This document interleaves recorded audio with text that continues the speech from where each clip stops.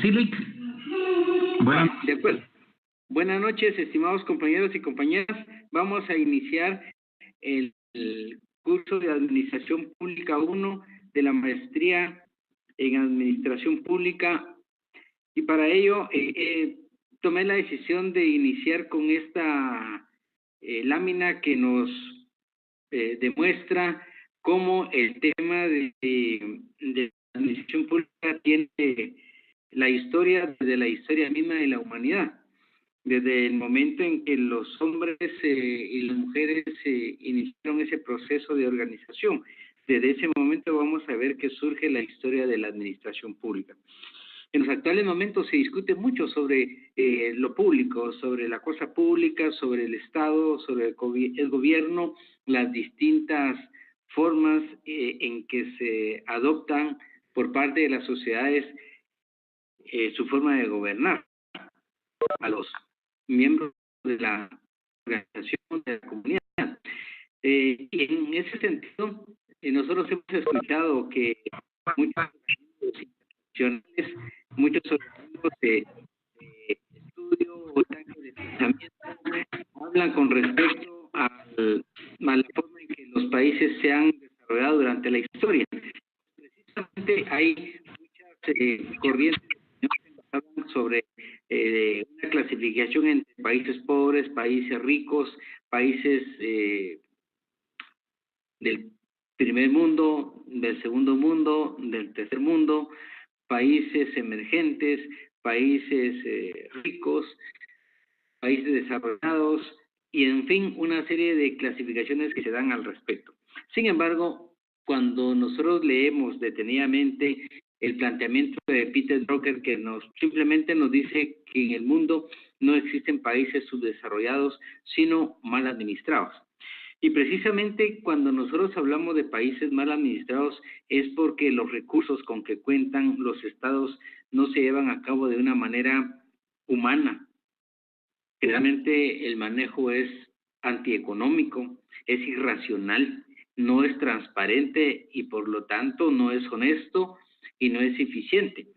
Y ante una situación de esta, prácticamente vamos a encontrar un país pobre, un país que no tiene futuro en el corto plazo, por ejemplo, que la economía puede ser que tenga aparentemente una estabilidad política, pero sin embargo, desde el punto de vista económico, demuestra una alta concentración de la riqueza en pocas manos y millones de habitantes que viven en la pobreza y extrema pobreza.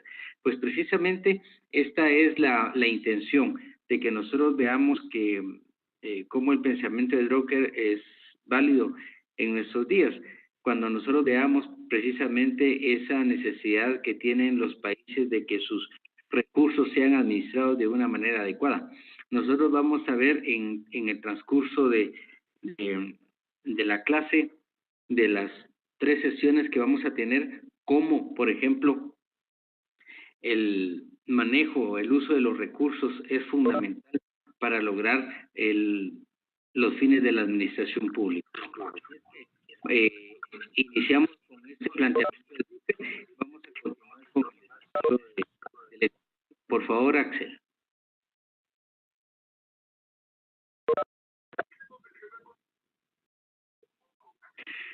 Bueno, primero vamos a ver etimológicamente de dónde viene la palabra administración. Proviene del latín ad, que significa hacia, una tendencia, una orientación. Ministrare, que significa servir, cuidar, obedecer.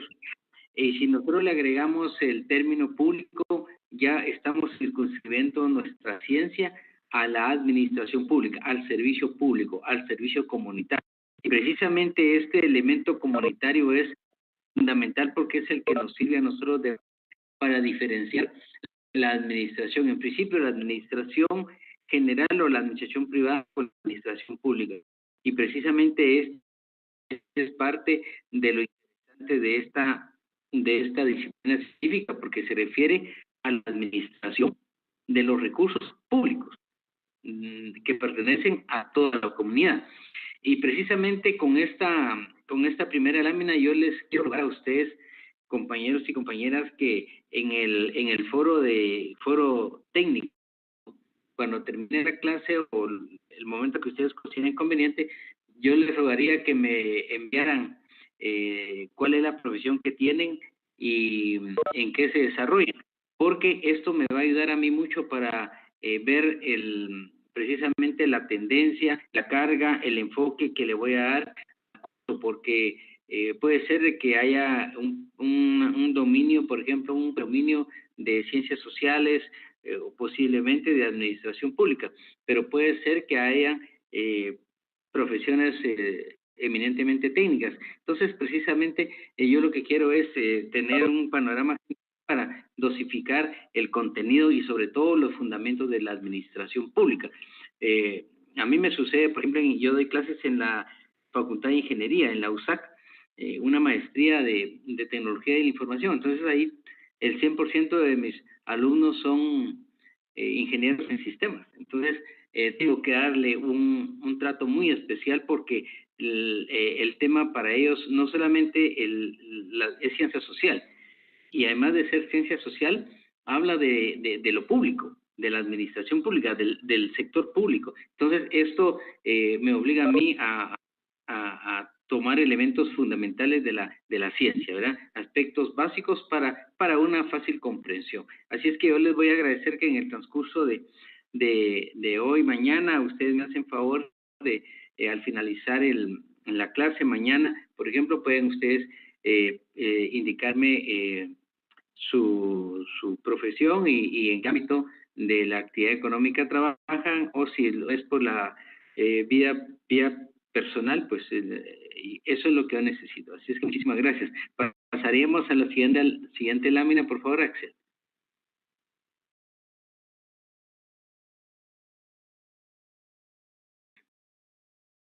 Vamos a hablar primero de las características de la administración pública. Antes de que nosotros podamos abordar un concepto de la administración pública, yo quisiera primero conocer las características de la ciencia para posteriormente, con otros elementos que vamos a desarrollar en clase, vamos a tener la oportunidad de tener más elementos y poder en su momento arribar a una definición de administración pública. Vamos a tener que hacer acopio de los aportes de algunos científicos, algunos pensadores que nos ayudaron mucho con plantear precisamente desde su punto de vista lo que ellos consideran administración pública. Así es que vamos a iniciar con la universalidad. Esa es una primera característica de la administración pública. Dice, el fenómeno administrativo se da en cualquier organismo social. Es de tipo global.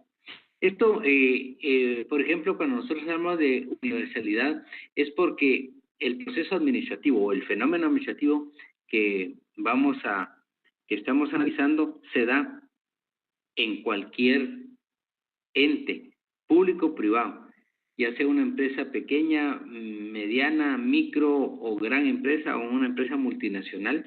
Desde una empresa multinacional, como por ejemplo Walmart, hasta la señora que vende tortillas en la colonia, por ejemplo, en esas dos se da un fenómeno administrativo.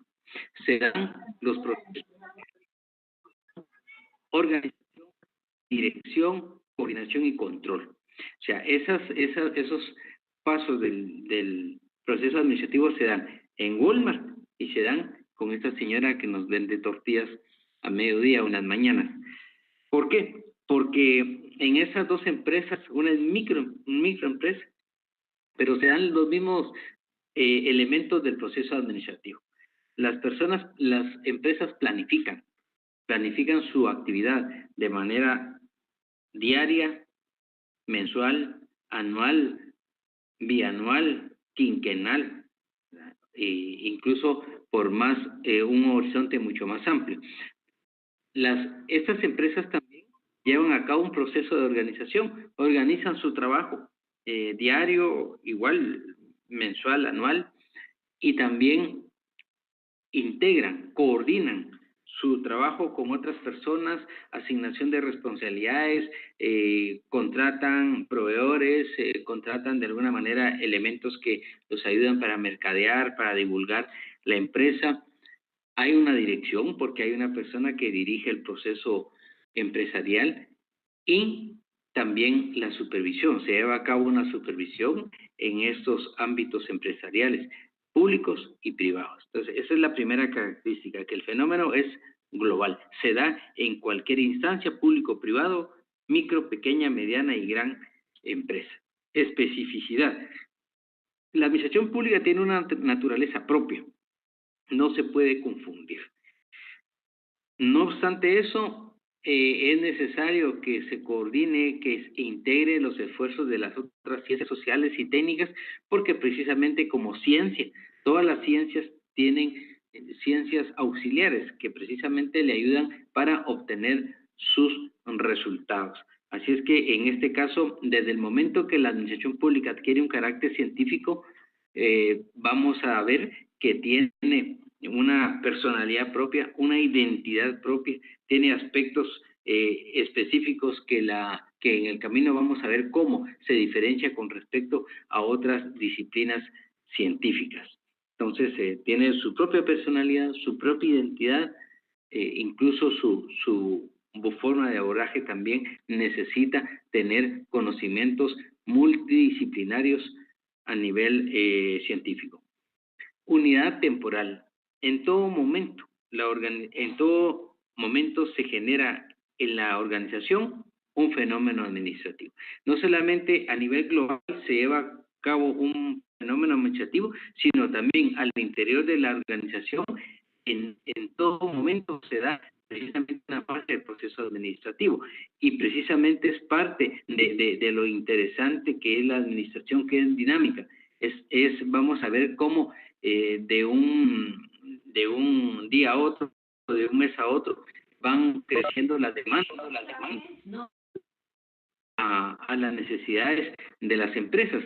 Entonces, la administración pública tiene que actuar, tiene que reaccionar ante esas demandas diversas y múltiples de la sociedad. Recuerden que las empresas también son parte de la sociedad. Las personas son parte de la sociedad civil, así como también las empresas necesitan atención de parte de la administración pública. Unidad jerárquica. Debe haber niveles jerárquicos perfectamente definidos. Más adelante vamos a ver nosotros, por ejemplo, que la forma de administración que adopta en principio la administración pública es la burocracia. Y la burocracia tiene como característica muy puntual que está fundamentada en reglamentos normativos. Y eso es precisamente una característica bien importante de la administración pública, que está definidos perfectamente los niveles jerárquicos desde las instancias de planificación, dirección, en todas los pasos del proceso administrativo se da precisamente esos niveles jerárquicos, y vamos a ver posteriormente los principios, como por ejemplo se deben respetar los canales de comunicación desde el ministro, el viceministro, el director general, el jefe del departamento, el jefe de sección, el jefe de unidad y las distintas instancias de tipo operativo. Entonces, nosotros respetamos perfectamente esos niveles jerárquicos porque es una característica fundamental de la administración pública, que está basada en normativos, en leyes. Pasaríamos a la siguiente lámina, por favor, Axel.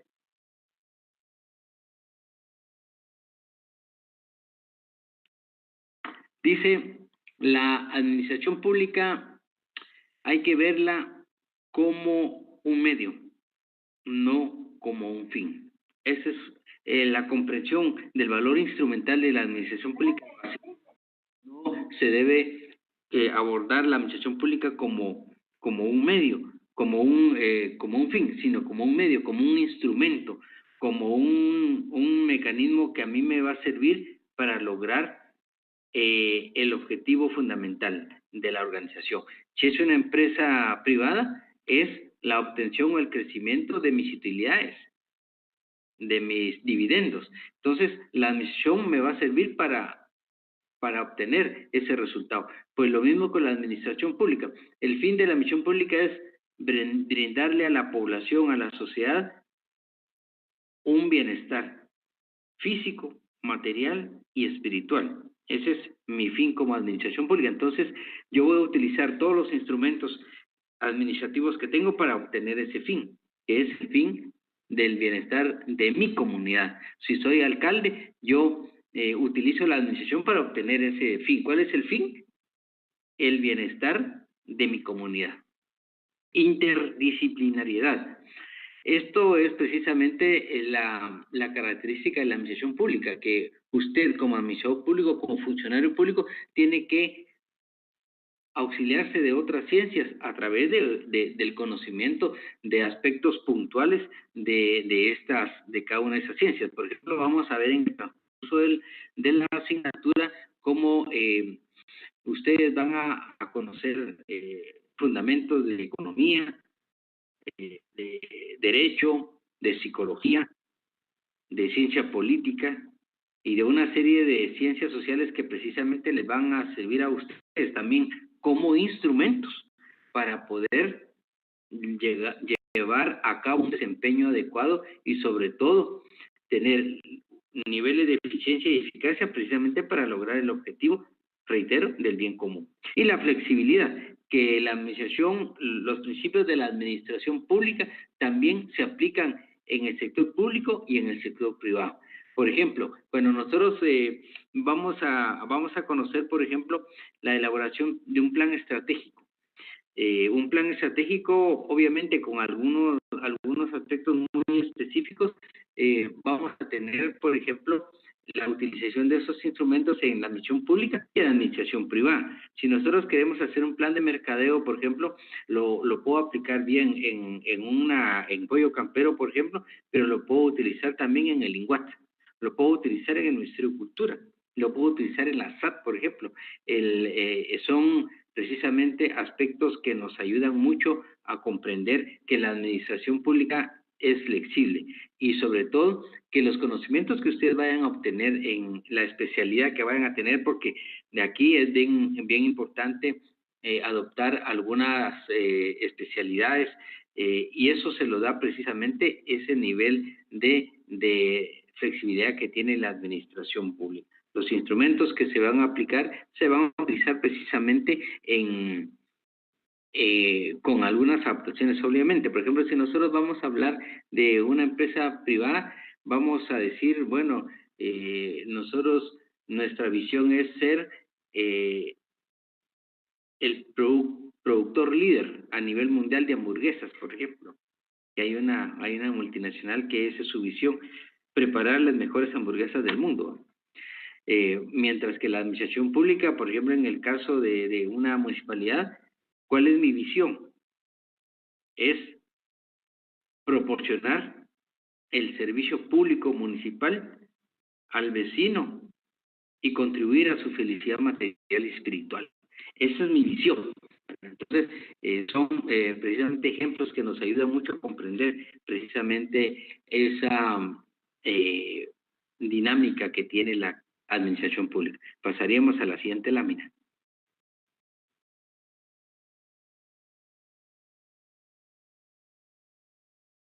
Vamos a ver ahora el objeto de la administración pública. Van a ver ustedes lo apasionante que es la administración y van a estar interesados en conocer más aspectos de la forma en que nosotros perfectamente nos identificamos y nos distinguimos, nos diferenciamos con respecto a otras áreas del conocimiento humano. El objeto de la administración pública es la sociedad, la comunidad. El objeto de la administración del municipio de Palín, ¿su objeto cuál es? La comunidad, los vecinos del municipio de Palín y sobre todo su bienestar. El bienestar físico, material y espiritual. Hay algunos países en el mundo que tienen incluso hasta un ministerio de la felicidad, porque precisamente están llegando al nivel de la comprensión de lo importante que es el Estado para su población. Entonces hay Hay países, especialmente de Asia, que tienen un Ministerio de la Felicidad, porque busca precisamente llegar a ese nivel de bienestar espiritual. Ese bienestar espiritual lo ha precisamente, se genera expresiones de felicidad. Campos asociados con objeto de la administración pública. Vamos a ver nosotros que en el transcurso de la asignatura vamos a ver, por ejemplo, palabras fuerza, como Estado, gobierno, poder ejecutivo, asuntos públicos, los poderes del Estado, la burocracia, políticas públicas. Dentro de las políticas públicas vamos a ver la política económica, política monetaria, cambiaria, crediticia. Vamos a ver también algunos temas como, por ejemplo, democracia, que es esencial para nuestra carrera, especialmente cuando hablamos de países como Guatemala, que la democracia es fundamental. Luego vamos a ver que la administración pública es la expresión más que tiene el gobierno. Y aquí para eso, posiblemente ustedes van a llevar un curso de Estado, gobierno y administración pública. Van a ver ese contexto general. Estado, gobierno y administración pública. Nosotros aquí estamos hablando de la administración pública, pero siempre es importante que hagamos un link entre Estado, gobierno y administración pública. El Estado es una realidad social que está integrada en elementos esenciales. Primero, la población, la sociedad. Luego, un territorio determinado, un marco jurídico que regula la estructura y funcionamiento de esa sociedad, y aspectos como soberanía interna, soberanía externa, y también la necesidad, la expresión de una persona de residir, de radicar en ese territorio. Esos son los elementos del Estado. Ahora, cuando las personas se organizan en un Estado, una de las primeras preguntas que tienen que resolver esos miembros de esa comunidad es cuál va a ser nuestra forma de gobierno. Ellos tienen que suscribir un contrato social, un convenio, un pacto, y ese pacto es la constitución del respectivo Estado. Entonces, en esa constitución definen cuál es la forma de gobierno que van a adoptar. Y precisamente la forma en que ellos se van a gobernar, una vez definido eso, si va a ser un gobierno democrático, autocrático, monárquico, etcétera. Ahí, entonces, la otra pregunta es, ¿cómo y quién va a administrar los recursos de la comunidad? Entonces, para eso es el gobierno. Si va a ser un gobierno socialista, por ejemplo, entonces la administración de los recursos del Estado, ¿quién los va a manejar? El Estado mismo. Y si es un gobierno, una modalidad de gobierno democrático, entonces ellos tienen que elegir personas, un grupo de personas para que se encarguen de dirigir los poderes democráticamente divididos, por ejemplo, organismo legislativo, ejecutivo y judicial. Estos tres organismos de Estado tienen sus recursos, pues esos recursos van a estar administrados por ese grupo de personas que eligen cada cierto tiempo las personas habitantes de ese territorio, cada 5 años, cada 4 años, en Guatemala es cada 4 años, nosotros decidimos qué grupo de personas organizadas en un partido político van a hacerse cargo de la administración de los recursos del Estado durante 4 años, durante 5 años en Guatemala, durante 4 años. Entonces, ahí es precisamente nosotros ahora aterrizamos a la instancia de administración pública. Entonces, la administración pública es el aspecto más visible, más material, porque usted, o como vecino del municipio, cuando va a pagar su luz y cuando va a pagar su agua, por ejemplo, cuando va a pagar su extracción de basura, está ya teniendo ese vínculo con su comuna. Por eso se llama comuna. Le dicen comuna porque es precisamente es la expresión del gobierno de la comunidad. Entonces, cuando usted sale a la calle, ve sale de su casa, ve su pavimento o balastro o adoquín, ahí está la administración pública presente. Cuando usted sale a la calle, ve un paso cebra, eso es administración pública. Si viene en automóvil y usted ve el semáforo, esa es administración pública. Entonces, por favor, el aspecto más visible del gobierno es la administración pública. El ciudadano, el vecino, cuando está frente a un EMETRA, está frente al gobierno. Por eso es que cuando una persona también está en un proceso judicial, está frente a una persona que dicta una resolución judicial, está frente al gobierno, porque está frente a la administración pública. Cuando nosotros tenemos leyes para gobernar el país, estamos recibiendo un servicio de la administración pública, en este caso, del Congreso de la República. Entonces, esto es algo importante que nosotros comprendamos, que precisamente por eso es que cuando somos administradores públicos, cuando somos servidores, funcionarios públicos, tenemos esa gran responsabilidad, porque nosotros somos el vínculo entre el ciudadano y el Estado. Ya somos esa parte, esa relación.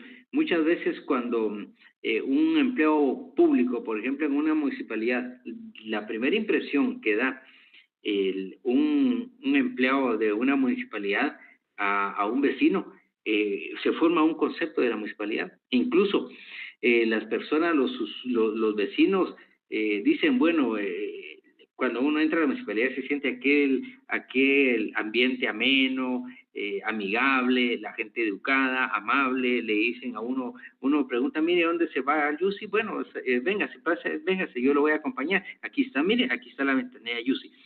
Esa es una impresión que da. Ahora una persona, usted le pregunta, mire, disculpe, ¿dónde puedo parar el Yusi? Mire, es allá en el segundo nivel, ahí pregunte. Entonces usted tiene una imagen de esa comuna. Usted respira en esa persona, le ayuda a respirar un clima organizacional. Un empleado le puede a usted generar ya un concepto del clima organizacional que prevalece en esa municipalidad. Entonces vean lo importante que es esa primera impresión entre un vecino con un empleado público. Entonces, esa es algo que tenemos que tener claro los administradores públicos, que es necesario que los empleados y servidores públicos sean también producto de un proceso adecuado de reclutamiento y selección del personal, porque esa imagen le queda impregnada en la mente de las personas. Pasaríamos al siguiente lámina, Axel, por favor. Bueno, ya tenemos, por ejemplo, claro el objeto de la administración pública. El objeto de la administración pública es la sociedad, la comunidad y su bienestar. El objeto de la administración pública es la sociedad, la comunidad, el conglomerado de bienes. El fin de la administración pública es el bien común.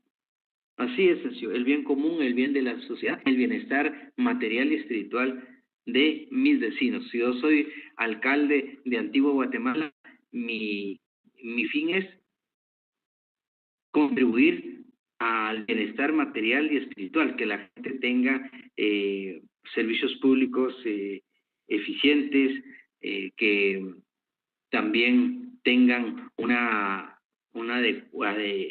espacios adecuados de recreación, de solaz, y eso les va a proporcionar a ellos elementos para sentirse con deseo de radicar en esa comunidad, en ese municipio. Entonces, el fin entonces es el bienestar de mi comunidad.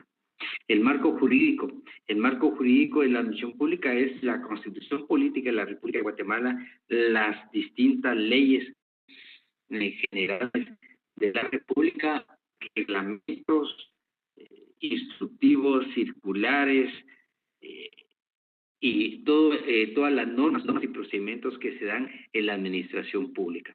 Ese es el marco jurídico. Yo, si soy administrador público, por ejemplo, mi marco jurídico, si yo trabajo en el Ministerio de Comunicaciones, por ejemplo, un instrumento para mí esencial es, por ejemplo, la Ley de Contrataciones del Estado, la Ley Orgánica de Presupuesto, la Ley de Servicio Civil, la Ley de Clases Pasivas Civiles del Estado, la Ley de Salarios, etcétera. El sistema de recursos humanos es muy puntual, es muy específico porque hay una ley específica para la administración de los recursos humanos, que es la Ley de Servicio Civil. Entonces, en este caso, esos son los fines de la administración pública. Y de la administración privada, el objeto de la administración privada, ¿cuál es? La empresa.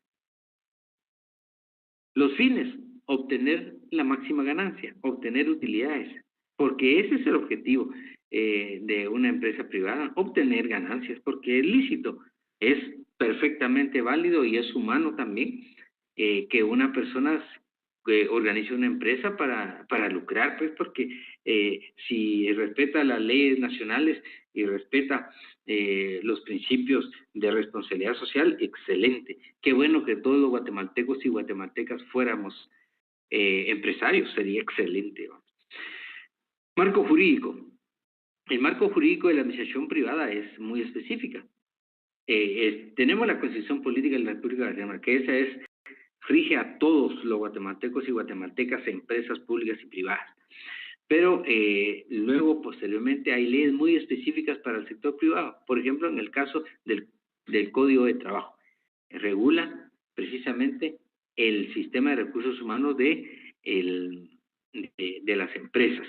Hablamos, por ejemplo, del Código de Comercio, el Código de Trabajo, ya lo dijimos, y la SAT, por ejemplo, tiene un papel importante en la fiscalización de los entes privados. Entonces, vemos también que el sistema de recursos humanos también tiene su especificidad, ¿verdad? El Código de Trabajo.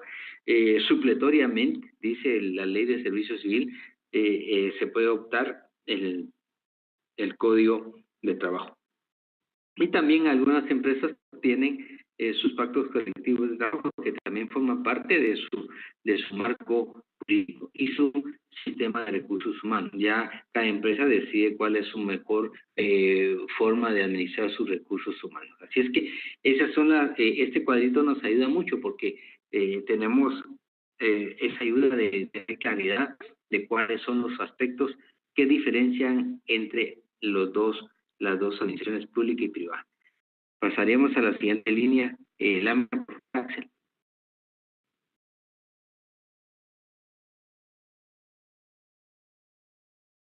Vamos a ver los aportes de las grandes civilizaciones para la administración pública. Primero vemos los aportes persas. Los persas tienen una antigüedad, obviamente antes de la era cristiana.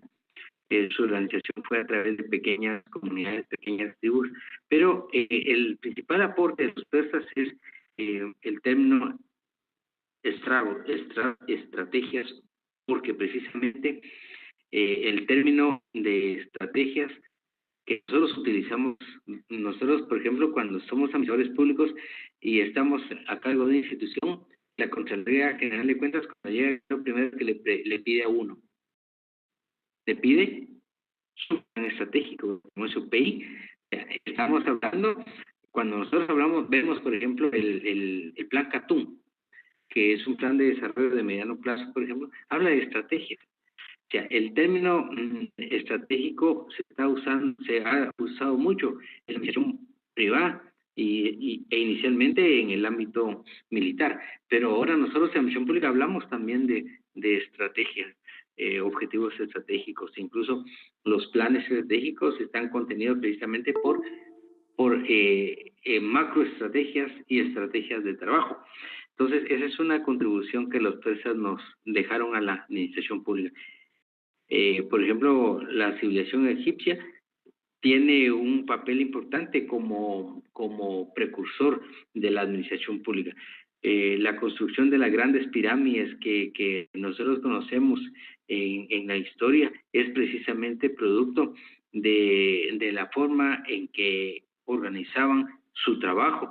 En la construcción de esos complejos arquitectónicos hubo división del trabajo, hubo segregación de funciones, hubo planificación, hubo grandes obras orientadas precisamente a la conservación de la seguridad nutricional. Y eso lo hemos visto nosotros, incluso recientemente acaban de descubrirse unas momias de miles de años precisamente, que se encontraron en una parte de, de Perú, por ejemplo. Bueno, entonces, en este caso, nosotros siempre nos gusta comentar la cultura egipcia porque tiene elementos, igual que en Guatemala, que nos pueden a nosotros ayudar a comprender cómo los procesos administrativos se daban desde la época previa a la era cristiana. Pasaríamos a la siguiente lámina,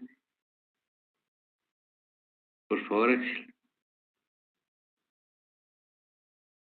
Los sumerios, con la invención de la rueda, hubo un incremento sustantivo en la productividad del trabajo.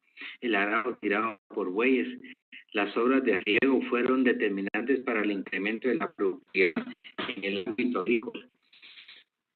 Acá también la parte importante fue que los sumerios, las clases sociales, las dividían precisamente en función del servicio que se daba a la comunidad.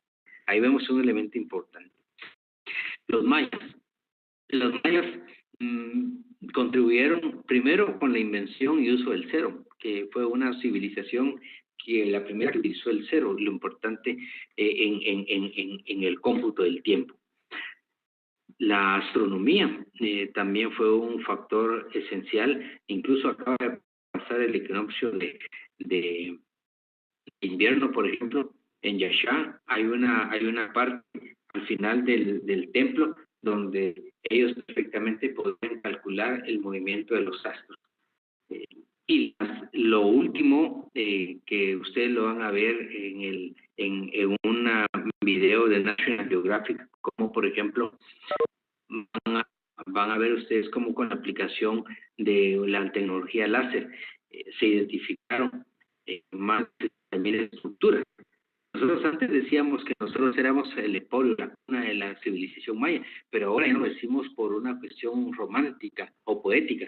Ahora científicamente está comprobado que la cultura maya asentada en el área de Petén fue una de las capaces de construir complejos arquitectónicos de una magnitud incluso comparada con las pirámides de Egipto. Incluso la Danta es la pirámide más grande del mundo por su volumen.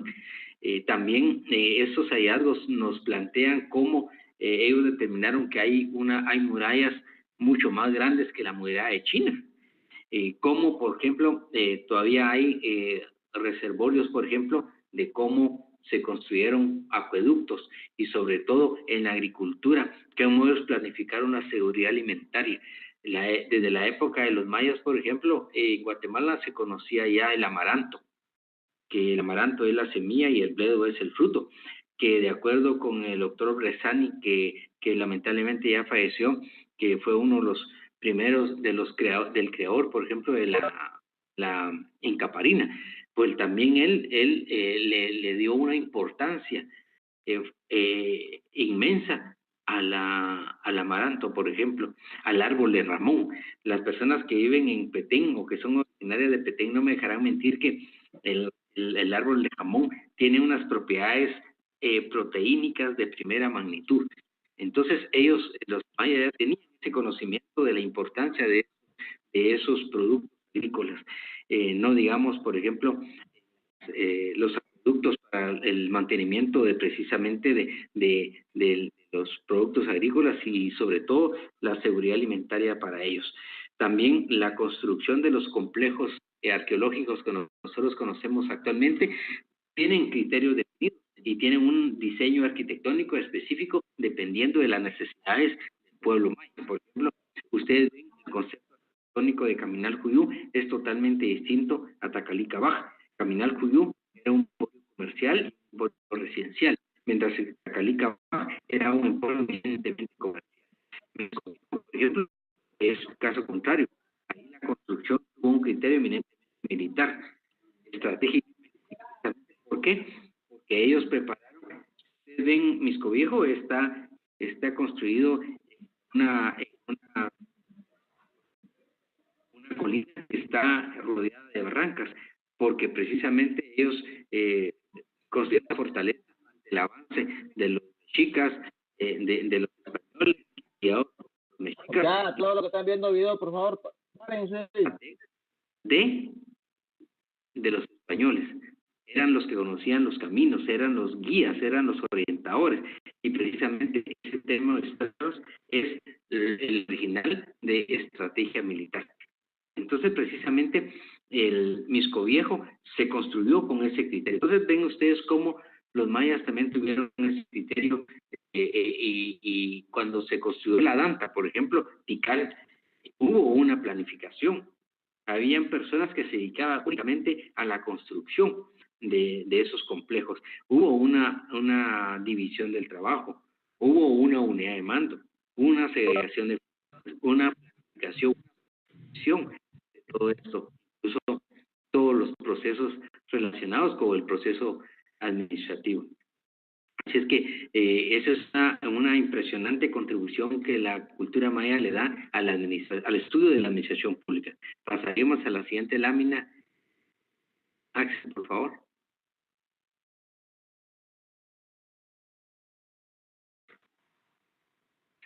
Aristóteles.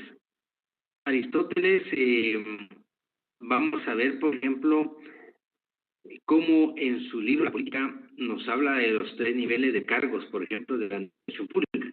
Él hablaba de los encargados del control de las oficinas públicas, de la defensa y seguridad, de los auditores y abogados del Estado.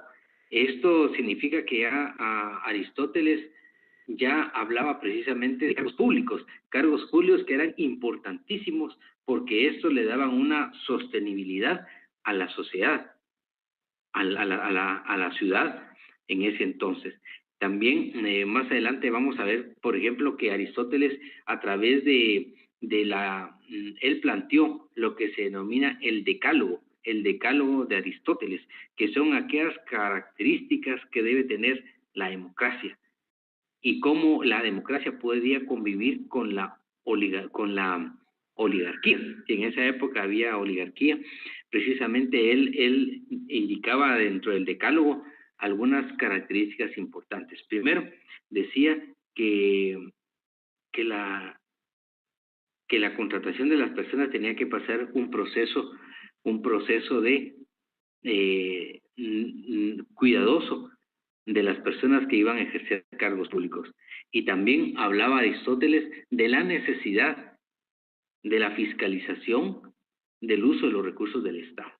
Imagínense, ya Aristóteles hablaba precisamente, y el tema de democracia también Aristóteles planteaba y decía, los ciudadanos de una democracia no necesariamente pueden sobrevivir en una oligarquía, precisamente porque él definía claramente esas diferencias entre la oligarquía y la democracia. Entonces, pero aquí lo que quiero yo es hacer énfasis en que Aristóteles hablaba precisamente de las funciones que hoy en día nos dan muchos problemas. Por ejemplo, la fiscalización del manejo de los recursos de la cosa pública. Ya Aristóteles discutía esa necesidad, discutía la necesidad de que era importante que las personas que cuidaran, que manejaran los recursos del Estado, tenían que ser cuidadosamente seleccionados, y la gran responsabilidad que tenían las personas al momento de decidir el destino de los recursos de la comunidad. Platón, otro filósofo griego que ayudó mucho con el análisis de las clases sociales, porque precisamente dentro de las clases sociales que él definía también habían gobernantes, por ejemplo la clase de los gobernantes, que era importante. Platón decía, una persona para contribuir a su Estado, tenía que tener una formación, y la formación se la da formarse de virtud, tiene que ser una persona virtuosa. Si no es virtuoso, no es conveniente que administre los recursos del Estado. También Roma es otra civilización que nos ayuda porque nos define las funciones de un Estado y de una ciudad. Seguridad, buena conducción de la ciudad, obras públicas, educación, salud y tributación. Roma también nos ayuda porque ya define claramente algunas áreas de la administración pública. China también, la construcción de la muralla de China, precisamente hubo, igual que en la cultura maya, hubo una división del trabajo para construir esos monumentos que todavía podemos apreciar en nuestros días. Pasaríamos a la siguiente lámina, Axel, por favor.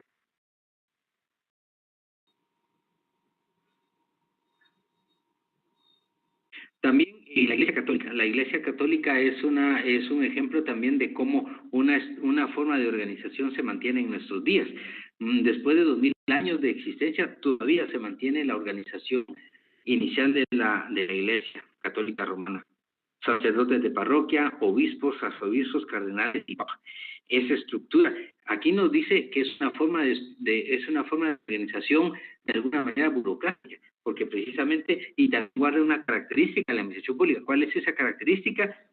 Los niveles jerárquicos están perfectamente definidos.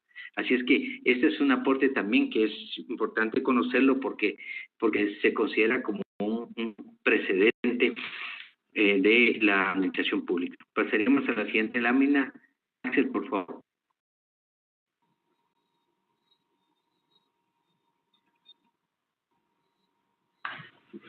Licenciado, buenas noches. Esta es la última que tenemos. Excelente, muchas gracias. Bueno, queríamos también indicarles, compañeros, que además de esta exposición, que es apasionante porque realmente nos ayuda mucho a comprender en los actuales momentos que en el año 2019 hay fenómenos administrativos que existen, pero que fueron abordados desde la época antes de la era cristiana, se discutían. Más adelante vamos a ver, por ejemplo, el pensamiento aristotélico. Ahí nos vamos a dar gusto para comprender cómo es importante, cómo esos pensadores ya tenían los primeros problemas de tener cuidado con la forma en que se destinan los recursos, no solamente el uso, sino el destino de los recursos del Estado. Y en este caso, en esta primera lámina, estamos viendo aspectos elementales. También en el portal de la universidad van a encontrar ustedes una serie de un texto que les habla sobre los precursores de la administración pública. Aquí vamos a encontrar, por ejemplo, a Juan Bodín, a Carlos Bonán, por ejemplo, que se consideran, más que todo Bonán se le considera el padre de la administración pública, porque precisamente él estructuró, sistematizó el conocimiento de la administración pública y definió los primeros principios de la administración pública desde el punto de vista científico. Y también hay otro texto que les va a ayudar a ustedes, que yo lo preparé precisamente para ustedes, donde vamos a tener los aportes de la administración general. Por ejemplo, vamos a partir con Taylor como el precursor de la administración general, de la productividad. Vamos a ver posteriormente cómo Fayol definió principios. Taylor definió principios de la administración. También Fayol, vamos a ver a otros, a Max Weber, por ejemplo, a Robert Owen, a Wilson Woodruff, por ejemplo, a Leonard White, a Douglas MacGregor, y en fin, van a encontrar ustedes esa clasificación de esos grandes aportadores de conocimiento para la conformación de la administración pública como una disciplina científica autónoma, independiente, pero con necesidad de relacionarse con otras ciencias, como vamos a ver más adelante.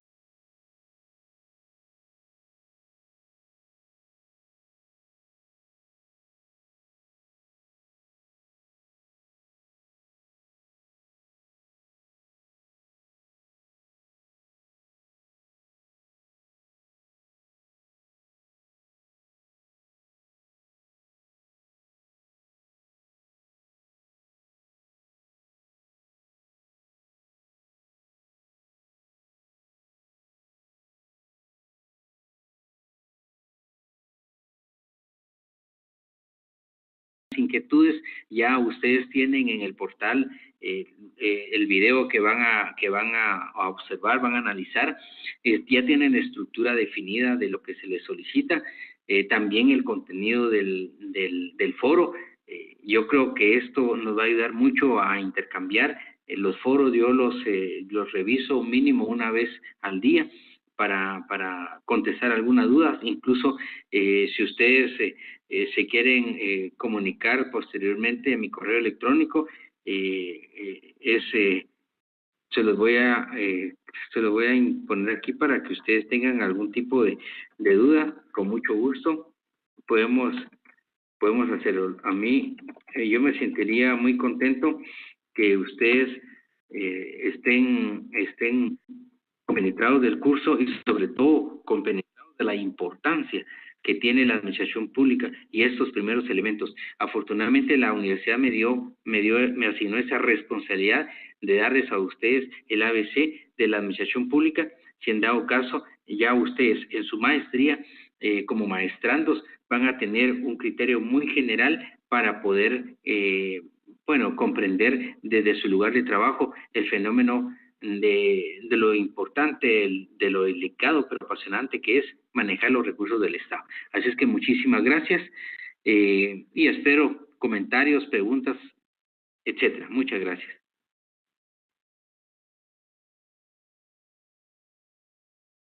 Me estaba diciendo Ana Rosa que hay problemitas con el audio, que se entrecorta el sonido, dice, no sé si chequeamos o solamente es nuestra compañera o tal vez habrán algunas otras deficiencias.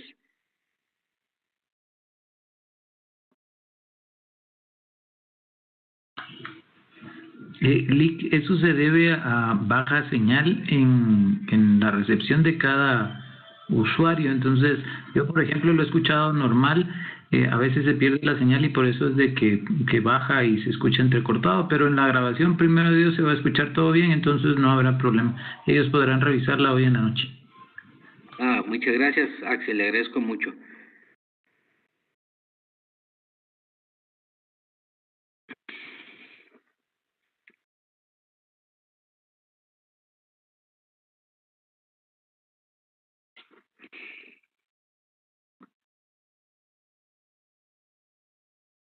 Muy buenas noches, licenciado. Le saluda Arleni López. Mucho gusto, Arleni. Igualmente, mucho gusto. Al igual que Ana Rosa, yo sí tuve un poco de problemas con lo que fue la comunicación. Muchas gracias por el apoyo. La verdad es que es muy interesante todos los datos que usted nos está brindando. Realmente las situaciones en cuanto a cómo a través de la historia nosotros estamos conociendo que la administración había sido aplicada con anterioridad y cómo ellos han sentado bases para la actual administración es sumamente importante. Los principios y todos los detalles que usted nos comunica, ¿verdad? Es increíble ver que casi no han cambiado estos datos. Yo tuve la oportunidad de leer algunos libros de casi que el principio del siglo pasado y la verdad es que muchos todavía continúan trabajándose de la misma manera. Muchas gracias y feliz noche. A la orden, Arleni. Incluso en otros cursos, en el otro curso, tal vez de repente les voy a proyectar una película que, bueno, es la película filmada en el año 1970, del año 70. Es una película, pues, comercial que ustedes encuentran en el mercado, pero describe la característica de la administración pública mexicana en los años 70. Y estamos en el año 2019 y los fenómenos, las características de la administración pública latinoamericana, salvo algunos casos muy específicos, pero se mantienen las mismas características de la administración pública. Entonces, precisamente el tema de Estado y de gobierno ha sido tan histórico, incluso en los actuales momentos nosotros vemos en países como Estados Unidos, por ejemplo, sin ir muy lejos, en el año 90, 2000, ustedes se enteraron de algunos escándalos por manejo de la administración pública. Recientemente vemos Odebrecht, por ejemplo, y vemos cómo la administración pública con todos los avances que se tienen, sin embargo, hay todavía algunas limitaciones al respecto. Y estudiar esos fenómenos y perfeccionar esa administración pública es lo fascinante, porque la administración pública, como es un ámbito del conocimiento mente humano, donde hay humanidad, donde hay personas, donde hay un grupo social, siempre hay una diversidad de criterios y puntos de vista, y eso enriquece mucho el conocimiento sobre esa ciencia, sobre la administración pública. Así es que, bueno, muchas gracias, Arleni, por sus conceptos, y vamos a tener la oportunidad. Ustedes van a ver el video de National Geographic, se van a sentir más orgullosos de ser guatemaltecos y, sobre todo, ser vigilantes de los recursos que tiene Guatemala. Guatemala es increíblemente rica en sus recursos. Lamentablemente han sido mal administrados. Buenas noches, licenciado Ronald Oliva, le saluda. A mucho gusto, compañero Oliva. Ronald. Muchas gracias, licenciado. Pues primero, bienvenido a al curso de maestría. Pues nos sentimos muy halagados por su alta experiencia en todo este tema, y creo que es muy importante, ¿verdad?, lo que usted nos acaba de explicar. Y bueno, he estado viendo el video de los 47 minutos y segundos del documental de los descubrimientos, ¿verdad? Interesante. Bueno, tengo la bendición de ser petenero, y creo que excelente. Esto me ha fascinado desde que se inició con este documental de Nat Geo, ¿verdad? Entonces, importante, licenciado, por todo esto, porque creo que de una otra forma nos permite profundizar un poquito más de qué ocurrió en mucho tiempo atrás, ¿verdad?, en relación a estas grandes civilizaciones que han provocado que grandes personas, investigadores de otros países. Y lo interesante de este arqueólogo, este guatemalteco, ¿verdad?, que participó en este documental, la verdad que ha sido muy interesante. En determinado momento, como le comentaba, tuve la oportunidad de verlo, pero creo que me llamó mucho la atención de analizar cada aspecto de lo que se menciona, ¿verdad? Y creo que en la actualidad, pues, nos damos cuenta de que mucho de esto lo podemos aplicar nosotros en la administración pública, ¿verdad? La verdad que grandes enseñanzas, grandes organizaciones, todo hecho a la perfección. Bueno, interesante, y gracias por compartir con nosotros y llamar la atención para que pudiéramos nuevamente ver este documental, que creo que está muy interesante, y podemos emitir un buen resumen ejecutivo de lo que usted nos solicita. Gracias, licenciado, gusto en saludarlo, que tenga feliz noche. Muchas gracias, Ronald. Bueno, nuestro compañero Ronald es doblemente orgulloso. Primero, porque es guatemalteco, y segundo, porque es petenero. Y precisamente ustedes van a ver, por ejemplo, en la conferencia del embajador de gentilmente me proporcionó, me dio esa oportunidad de filmar una conferencia donde estuve. Precisamente van a ver ustedes cómo Corea, de ser una sociedad que no tenía ni el 10% de los recursos que tiene Guatemala, está en un nivel que ustedes ya conocen cuál es el nivel. Lo mismo en China-Taiwán, un país eminentemente agrícola, pero que no tenía mayores recursos. Era mucho más pobre que Guatemala, igual que Corea. Corea hace 60 años era más pobre que Guatemala. Igual China-Taiwán era igual. Sin embargo, administraron sus recursos de una manera óptima, transparente, y vean cómo están ahora. China, Taiwán, un país que no tiene deuda pública. Entonces nosotros, con esa riqueza que tenemos, con esa historia, nosotros podemos hacer primera potencia mundial del mundo en arqueología.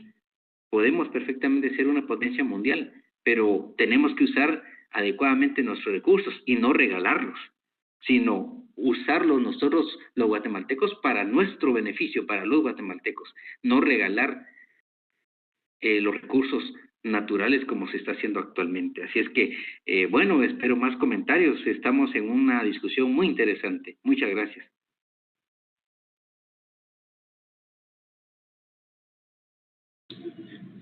Buenos días, noches, licenciado Jacques Víctor Ramírez le saluda. Muchas gracias, Víctor, a la orden. Gracias, excelente conferencia. Perdone que le haya dicho buenos días, pero yo estoy del otro lado del mundo, en India. ¡Qué excelente! Para el Ministerio de Relaciones Exteriores y estoy actualmente asignado aquí a la embajada. Excelente.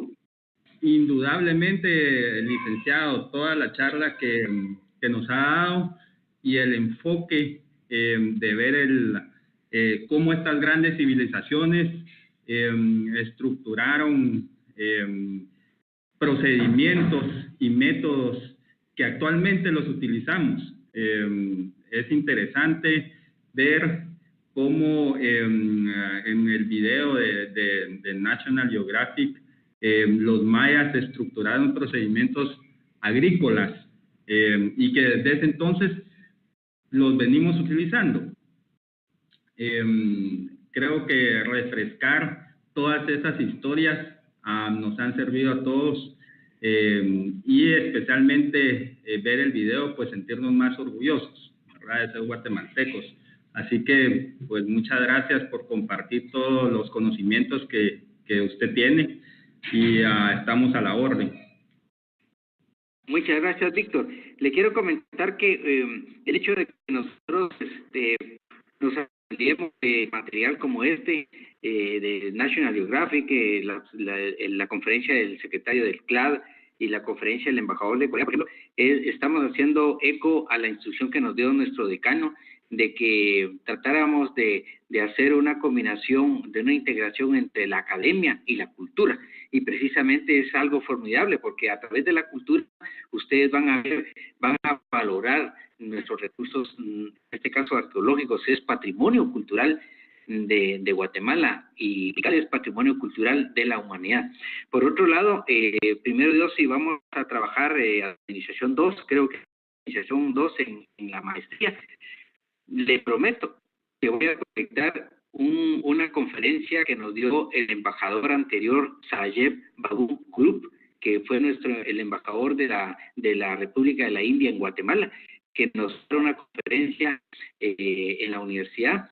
Yo grabé ese video y con muchísimo gusto ya le digo que si nos asignan este curso, vamos a proyectar esa conferencia de este embajador y él nos va a decir cómo la India también pasó una etapa muy difícil en su historia, pero sin embargo ahora es una de las economías emergentes más robustas del mundo.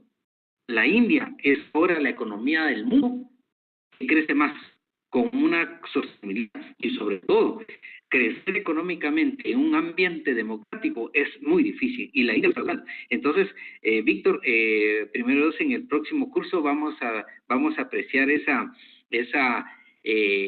la conferencia se llama Estrategia Económica del Crecimiento Económico de la India. Entonces, usted nos va a ayudar también para que nos cuente cómo mira usted ese desarrollo económico de la India, que me imagino que va a ser impresionante. Entonces, bueno, qué bueno que tenemos un compatriota allá en la India, que es un país inmensamente rico en cuanto a cultura, en cuanto a personas. La población de la India son 2.253 habitantes, 1.253 millones de habitantes tiene la India. Solo con eso les puedo dar una idea de cómo es fascinante conocer la historia de la India. Así es que escucharía a otros compañeros y compañeras, por favor.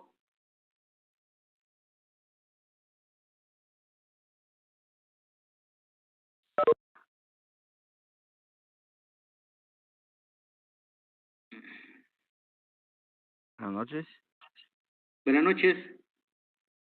Licenciado, solo le saluda Leopoldo González. Mucho gusto, Leopoldo. Fíjese que me llamó la atención el hecho de que usted nos mencionó ciertos países que antes eran de la misma extensión o estaban en la misma situación que Guatemala en este momento. Sí. Solo quisiera que nos hiciera el favor de decirnos cómo ellos lograron ese desarrollo. Sí, excelente. Con mucho gusto, Leopoldo.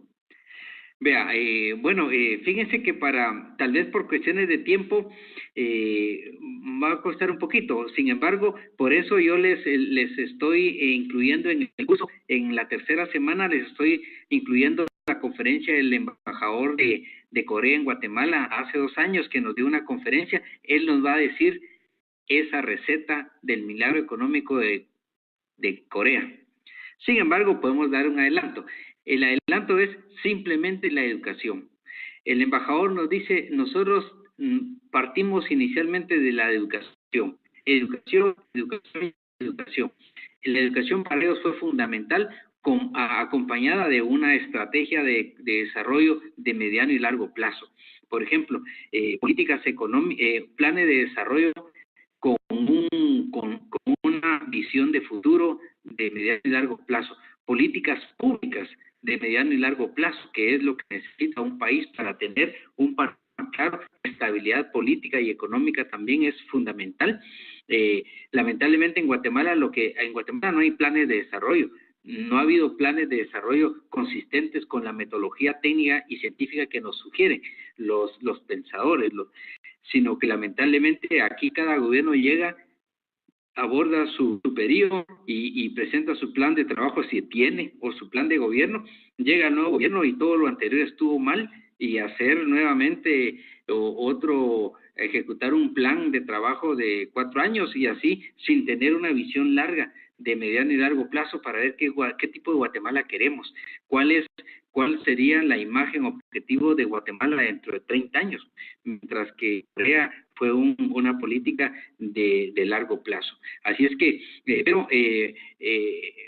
esperemos la forma tan didáctica que nos dio el embajador, y van a ver ustedes que es posible llegar a un desarrollo económico como Corea, como China, Taiwán, y llegar a los niveles que está ahorita, por ejemplo, India, que la India es un país con más de 100 idiomas, por ejemplo, y con una complejidad que el crecimiento económico, el crecimiento demográfico de la India anualmente es la población de Guatemala. La India crece 15 millones al año, que es la población guatemalteca. Y sin embargo dicen en Guatemala que aquí el problema es que somos muchos, ¿no? O sea, la India es una sociedad compleja, pero tiene un desarrollo económico en la actualidad tremendo. Así es que muchas gracias por la intervención, y el embajador del Corea nos va a decir cuál es ese secreto.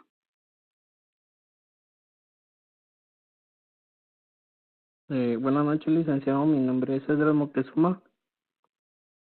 Mucho gusto, Edras.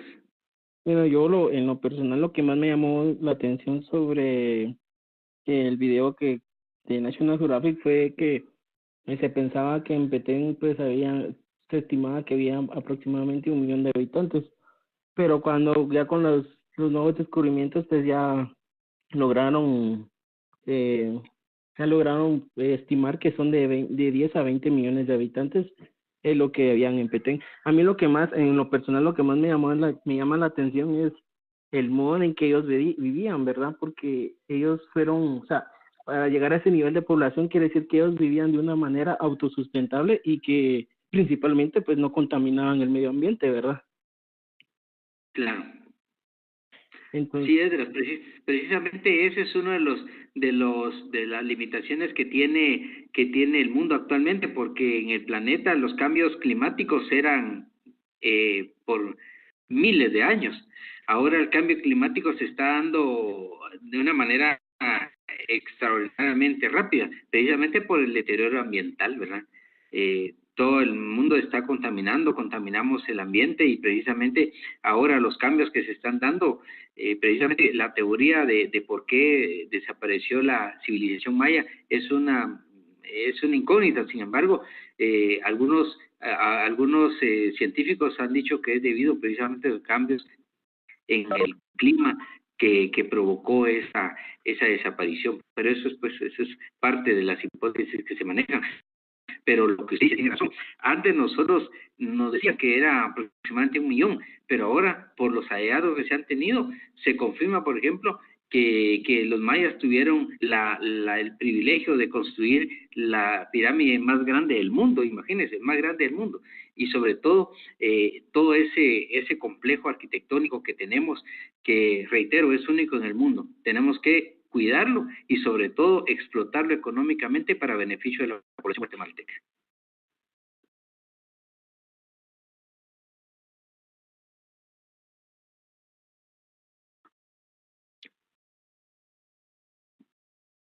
¿Algún otro aporte, otra participación?